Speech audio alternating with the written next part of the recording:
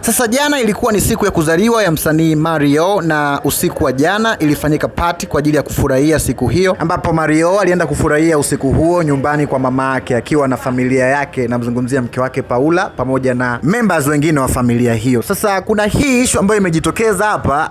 Wanamzengo wanasema kwamba wakimtazama mama yake Mario wanaona kama kuna uso fulani hivi wa huzuni, kana kwamba kuna vitu vingi sana ambavyo nyuma yake vimejificha. So it's like watu wanajaribu kutengeneza maneno kwamba Mario amebezi sana kwenye upande wa familia ya mwanamke na mama yake hamwangalii vile ambavyo ilitakiwa amwangalie, na ndio maana muda mwingi mama yake anakuwa ni mtu anakosa furaha. Na kwenye events kama hizi hapa, na hii sio event ya kwanza Bi Mkubwa kuonekana, alionekana pia kwenye baby shower ya Mario ya mtoto wao Amara na events nyingine kibao. So kwa upande wangu mimi hapa, hii ni event kama ya 3 hivi namuona, lakini Bi Mkubwa kweli uso wake unaonekana hauna nuru, kitu ambacho yawezekana kuna mengi sana ambayo yamejificha nyuma ya uso wake. Wanasema uso wa mtu ni kichaka. By the way, mimi ni mjumbe tu, wanasema mjumbe hauawi. Hizi ni baadhi ya comments ambazo nimekutana nazo kwa wananzengo. Sasa si vibaya kama nitazifikisha kupitia platform hii, na kama kuna kitu ambacho maybe Mario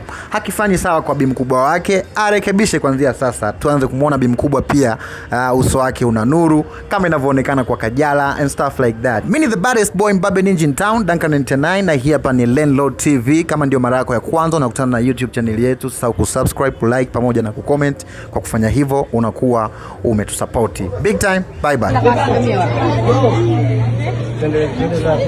Tuanza kuwalisha hao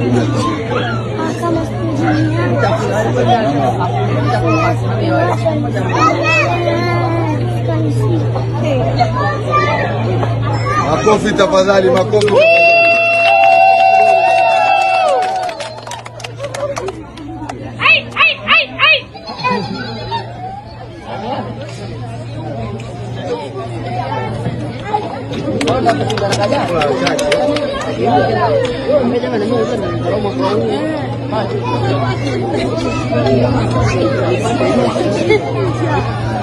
Mama naye anamlisha, alafu tutapiga makofi kidogo tafadhali.